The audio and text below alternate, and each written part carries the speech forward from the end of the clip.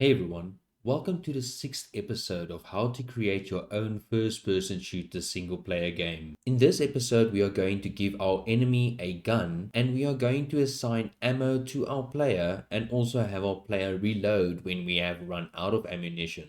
If you want to follow along with this series, check out the card that displays at the top right for the playlist. If you like the tutorials I create, then make sure to like and comment and subscribe down below and join the Discord. If you want to support my creation of games and YouTube tutorials, then consider pledging on Patreon. With Unity open, we want to place a gun in our enemy's hand. To do this, we go into our assets folder and then down to your prefabs folder and expand it. Double click on the enemy prefab and open it. Once your enemy prefab is open, go into the hierarchy and expand the jammer player and then go down to the armature and expand it. Then expand mixamo rig hips. Then go down and expand the mixamo rig spine and then expand spine 1, then expand spine 2 all the way to the right hand. Now once that is done, you can go down to your assets folder and then down to your imported assets folder and expand it. And then expand the Ishikawa folder and then expand the low poly guns pack. And go down and expand the prefabs folder and expand the black and common color folder and then expand the pistol folder. Then when you see the pistol prefab, click on it and drag it and drop it into the right hand object. Once that is done, click on the pistol and in the transform adjust the scale on the X and Y and Z to 0.05. Now we need to position the gun so that it looks good. To do this, we need to be in game mode. So go in the scene view by exiting the prefab. Then make sure maximize on play is disabled. Pause the game directly afterwards. You can click on the pistol in the hierarchy and then position it so it sits nicely in the hand of the enemy. Once you are satisfied with the position of the pistol, go in the inspector window, click on the three dots on the right in the transform and in the drop down click on copy component and then click on the play to come out of play mode again. The pistol inspector window should still be open. So click on the three dots in the transform again and in the drop down click on paste component values. Now the gun should be correctly positioned. You can test this by pressing play again to test it out if need be.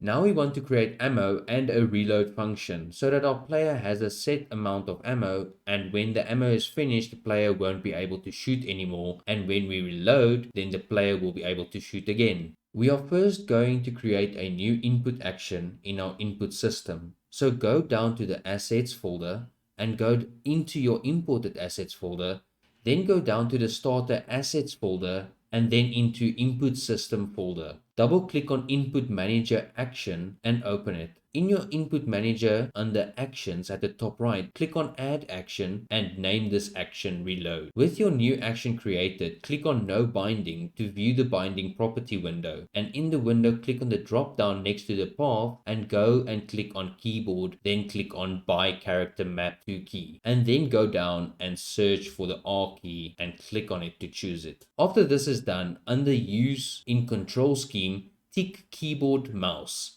After you've done all this, at the top click on Save Asset. We have created our action for reloading. So now we can create a new script for the reload action and our ammo. So go to your assets folder and go down to your scripts folder and right click and create a new script and call it ammo. We are going to attach the script to the player by going into your assets folder and then go to your prefabs folder and expand it and double click on the player to open the player prefab. Expand main camera and click on the weapon and then drag the script into the inspector window and open it up in Visual Studio. Now that we have Visual Studio open, we can delete the start and update method as we won't be needing them. Firstly, we know that we will be using the input system. So after using Unity Engine, we need to say using Unity Engine.input system. Then we need to set a couple of variables. The amount of ammo we have, the amount of clips we have, and the amount each clip reloads. So we will write serialize field private int ammo amount equal 10 and then serialize field private int reload amount equal 10 and then serialize field private int clips equal 5. Then we set up our await method and type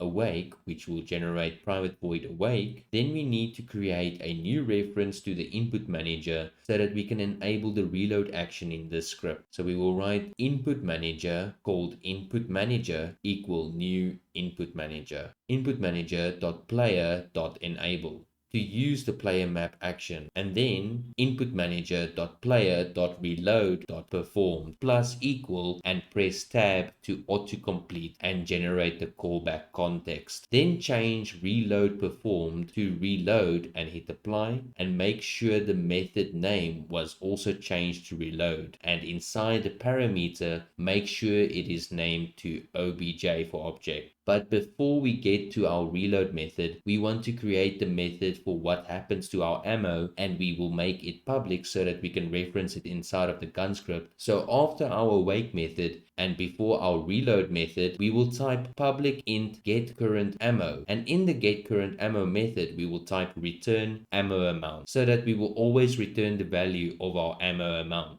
We also want our ammo to reduce as we are shooting, and we also want to reference this in the gun script. So we will then type public void reduce current ammo, and in our method we will type ammo amount minus minus so that our ammo reduces by 1 every time we shoot. In our reload method that we have generated, we remove the implemented exception, and then we will type if clips is greater than 0, then type clips minus minus, which will reduce by 1 each time we reload. Then we type set ammo and pass inside of set ammo the reload amount, and press Ctrl and period to generate the new method with the single parameter variable. Inside our generated method, we then want to assign our ammo amount to the passed in value. So we will type ammo amount equal value. As we said before, we have to reference our get current ammo and reduce current ammo in our gun script, just so that our gun knows when it has run out of bullets. So go to the gun script, and once inside of the gun script, after private audio source gun sound, create a new variable to reference our ammo script by writing private ammo called ammo.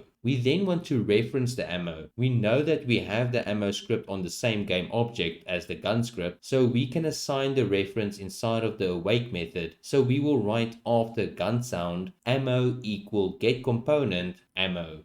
Then down in the shoot method before the gun sound.play, we type if ammo.getCurrentAmmo is greater than 0, then this will check to see whether we have ammo or not. We can then call all of the code inside of this if statement. So cut and paste all of the code inside. Before the gun sound.play, inside of the if statement, we then want to write ammo reduce current ammo so that the ammo reduces after every shot. Now you can save your scripts and head back into Unity. When we are back in Unity, we can then click on our rifle if you are still in the player prefab, and in the inspector window we can see our ammo amount, reload amount, and our clips. Head out of the prefab and press play, and let's test. When the game has started, expand the player game object and expand the main camera, and click on the rifle to see the values changing. When you shoot, you can see your ammo reducing, and if the ammo amount is 0, you will see that you won't be able to shoot. Now you can press R on your keyboard and you will see that your ammo is 10 again and your clips have been reduced. And when you shoot the enemy, you can see him running towards you and is pointing the gun at you when he is shooting. Once we also reach 0 clips, we will see that by pressing R, it won't reload your ammo anymore.